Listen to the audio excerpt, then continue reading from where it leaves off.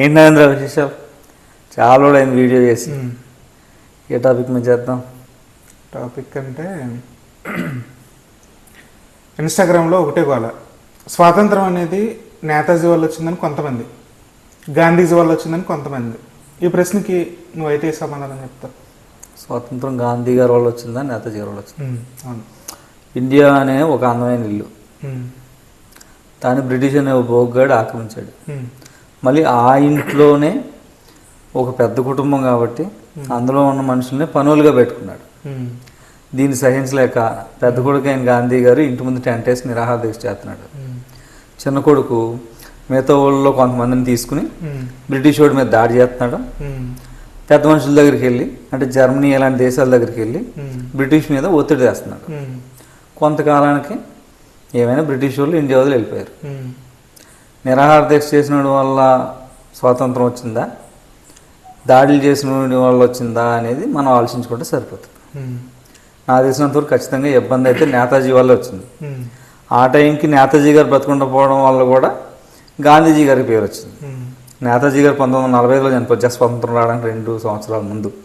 ఆయన చనిపోవడం వల్లనే సైనికుల్లో తిరుగుబాటు వచ్చింది. ఆజాద్ హింద్ ఫౌజ్ అని ఆయన స్టార్ట్ చేసి 40,000 మంది సైనికులతో స్టార్ట్ చేసింది. వాళ్ళు కూడా స్వాతంత్ర ఉద్యమంలో గట్టిగా పాల్గొన్నారు. ఎప్పుడైతే ఈ సైనిక తిరుగుబాటు జరిగిందో బ్రిటిష్ వాళ్ళు వదిలేసి వెళ్ళిపోయారు. నా అభిప్రాయం అయితే నేతాజీ గారి వల్లే వచ్చింది. దేనికైనా హింసే మార్గం అంటారా? హింసే మార్గం అని చెప్పి అన్నాను, కానీ కొన్ని పెద్ద ఉద్యమాలు జరిగినప్పుడు కంపల్సరీగా అహింస అనేది ఉద్యమం బాట కాదు. ఎందుకంటే నీ దగ్గర పెద్ద కర్ర ఉన్నంత వరకు కూడా చిన్న కర్రతో ఎదటోటి దాడి చేస్తానే ఉంటాడు. ఎప్పుడైతే నీ దగ్గర పెద్ద కర్ర ఉందో వాడు దాడి చేయడం ఆపేస్తాడు. బెస్ట్ ఎగ్జాంపుల్ ఏంటంటే జంజీ 19-20 రోజుల పాటు ఉద్యమం చేస్తానే ఉన్నారు జంతర్ మంతర్ దగ్గర, శాంతియుత ఉద్యమం. అది ఎప్పుడైతే చెలో పార్లమెంట్ అని చెప్పి ఒక హింసాత్మకమైన దారి తీసిందో, ఒక రోజు అల్లర్లు జరిగినాయి.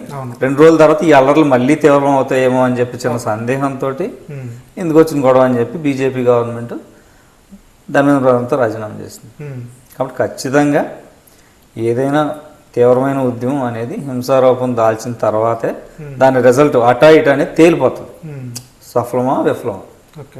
అంతవరకు కూడా అది బబుల్ గమ్లో సాగుతుంది.